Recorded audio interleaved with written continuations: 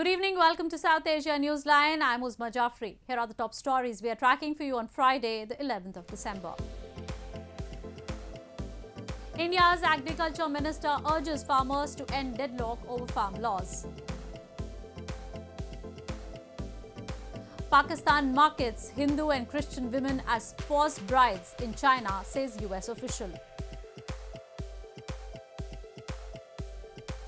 And Nepal's only zoo reopens after 8 months closure due to COVID-19. And now for all the details. India's Agriculture Minister Narendra Singh Tomar on Friday once again urged agitating farmers to end the deadlock over the recently passed farm laws, asserting that he is hopeful of a resolution. This comes as farmer leaders have threatened to intensify the ongoing protests until the 3 controversial laws are repealed. India's Agriculture Minister Narendra Singh Tomar on Friday once again urged agitating farmers to end the deadlock over the 3 new farm laws and resolve the issues through talks, as the ongoing agitation is causing inconvenience to the common public.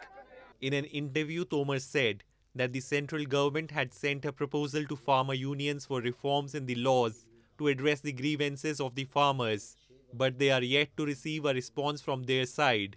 The stalemate has continued as the farmers camped at the borders of Indian capital New Delhi since late November have maintained they want the laws to be repealed, which they fear will leave them at the mercy of big corporate players.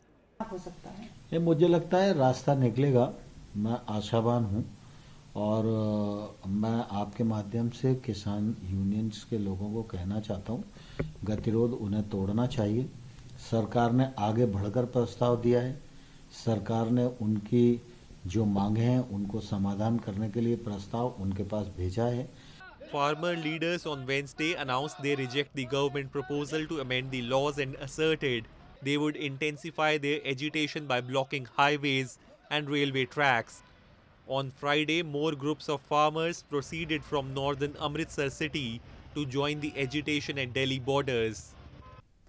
Major cities of northern India were covered in a thick blanket of fog on Friday, aided by hazardous air quality.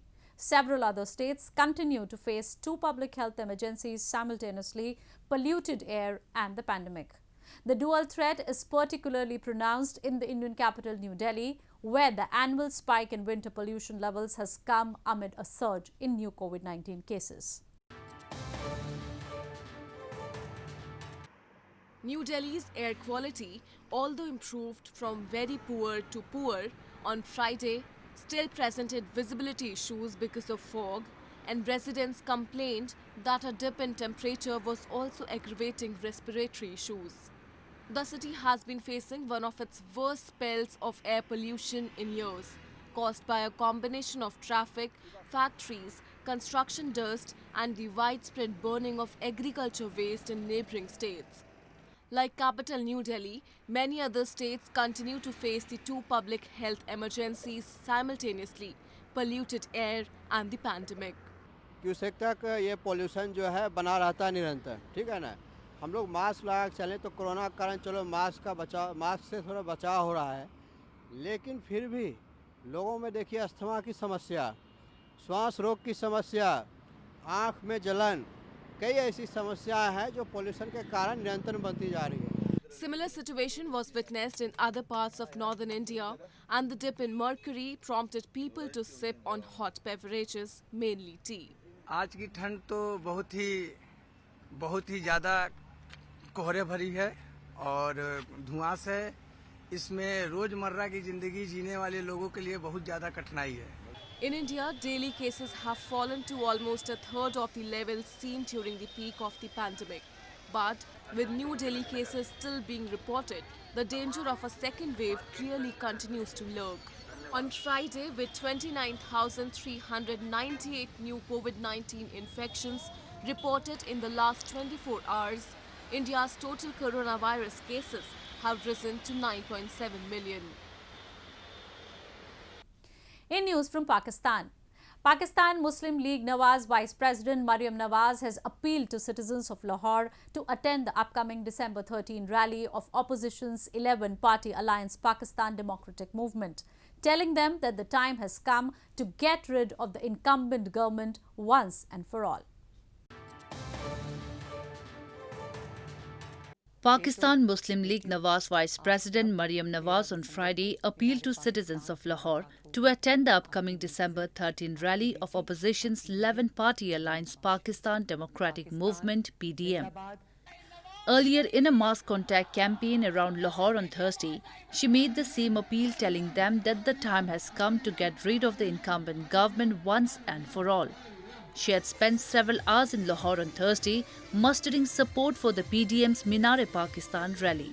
अपनी आवाज और भरपूर शमूलियत से इस फैसले पे मोहर सब्त कर दें और बता दें इन जाली हुक्मरानों को कि जबर की रात कट चुकी, अब इंशाअल्लाह एक आजाद सुबह होने को है। हमारा यही सफर हम सबको निजात की मंजिल तक लेके जा रहा है। मेरे भाइयों, बहनों, बुजुर्गों, बेटों, बेटियों, आपसे अब 13 दिसंबर को मीनारे पाकिस्तान पे मुलाकात होगी। Ahead of the opposition rally scheduled for Sunday, Maryam Nawaz met Pakistan People's Party chairperson Bilawal Bhutto Zardari and discussed the strategy regarding the rally at Minaare Pakistan. Meanwhile, Punjab Province Law Minister Raja Basharat reiterated on Friday that the government will not grant permission for the rally and action will be taken against the organisers and facilitators. Despite ban on gathering amid pandemic, the opposition alliance are holding a series of anti-government protest rallies across the country that it plans will culminate in a march on capital Islamabad in January to call for Prime Minister Imran Khan's resignation.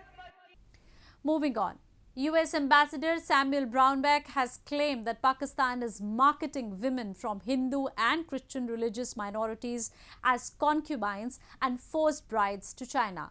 He cited this as one of the reasons for recent labeling of Pakistan as a country of particular concern under the International Religious Freedom Act. U.S. Ambassador at Large for International Religious Freedom Samuel D. Brownback has said that Hindu and Christian women from poor and marginalized communities in Pakistan are vulnerable to traffickers falsely promising marriage to wealthy Chinese men. In a post on Twitter, Ambassador Brownback said, once married in China, these women are often isolated, neglected, abused, and at times sold as prostitutes.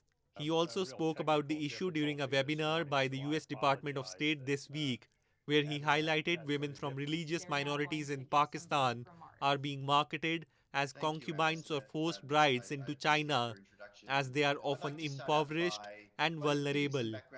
And unfortunately, there's this huge demand in China because of the one-child policy, primarily. There are other factors too. And there's unfortunately a supply situation, often religious minorities, not exclusively and not because they're religious minorities, but because they're vulnerable. Brownback further cited this as one of the reasons for recent labeling of Pakistan as a country of particular concern under the International Religious Freedom Act. The allegations of trafficking are a disturbing aspect of China's growing presence in Pakistan, a long-time ally drawn closer lately by expanding economic ties, including China-Pakistan Economic Corridor. In news from Afghanistan, at the heart of Asia Society's 7th session on Thursday, Taliban's deputy leader Mullah Abdul Ghani Baradar said the group has the will to solve Afghanistan's conflict through negotiations. He asserted that the next political system of Afghanistan should be an inclusive and an Islamic system. The Taliban's deputy leader Mullah Abdul Ghani Baradar on Thursday said the group has the will to solve Afghanistan's conflict through negotiations and the next political system of Afghanistan should be an inclusive and an Islamic system. Speaking at the heart of Asia Society's 7th session on Thursday, Mullah Baradar said the Taliban for its part is fully prepared and committed to resolving the issues through negotiations. Meanwhile, the peace negotiating team representing the Islamic Republic of Afghanistan in talks with the Taliban said that the ceasefire will be the Republic team's utmost priority in the ongoing talks with the Taliban in Doha. The two sides have held 3 consecutive meetings this week at the working group level to discuss the agenda of the peace negotiations after having reached an agreement on the procedural rules for the talks. Meanwhile, the United Nations General Assembly approved a resolution over Russia's objections on Thursday, commending progress in peace talks between the Afghan government and the Taliban, while urging stepped-up efforts to tackle terrorist attacks by the Taliban, Al-Qaeda, the Islamic State extremist group, and their affiliates. More news from Afghanistan. The militant group Islamic State has claimed responsibility for the Thursday's attack and killing of a female TV presenter in eastern Afghanistan, calling her a pro-regime journalist. The attack underscored an increasing trend of violence against journalists in the country. The militant group Islamic State has claimed responsibility for the killing of Malala Maiwand, a female TV presenter and women's rights activist in Afghanistan on Thursday, an attack that underscored an increasing trend of violence against journalists in the country. 25-year-old Malala Maiwand, a presenter at Anika's Radio and TV in the eastern Nangarhar province, was killed along with her driver in the attack on their vehicle by gunmen in the regional capital Jalalabad, taking the total number of journalists and media workers killed this year in Afghanistan to 10. Maiwand was not the first in her family to be targeted. 5 years ago, her mother, also an activist, was killed by unknown gunmen. Nangarhar has been a hotbed of militant activity, most notably involving Islamic State, which issued its claim of responsibility via its Telegram communications channel, calling her a pro-regime journalist. Moving on to news from Nepal. Nearly 9 months after its closure due to the COVID-19 pandemic, Central Zoo of Nepal, the only zoo in the Himalayan country, resumed its service on Thursday. The zoo authorities have deployed staff to prevent visitors from flouting safety measures.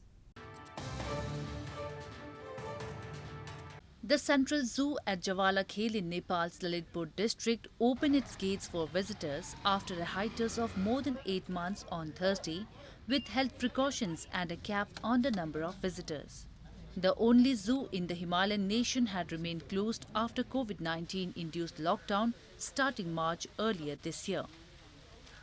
From Thursday, it started welcoming visitors who will now find differences in the wake of rising COVID-19 infections. I feel so good. After a long interval of time, I get to explore a lot of things, and I found many new things like social distancing, sanitization, etc. Following safety protocols of WHO to open up public spaces, the National Trust for Nature Conservation, which has been looking after the zoo, has limited number of visitors to 800 on daily basis and tour around its premises abiding by time cap of 2.5 hours.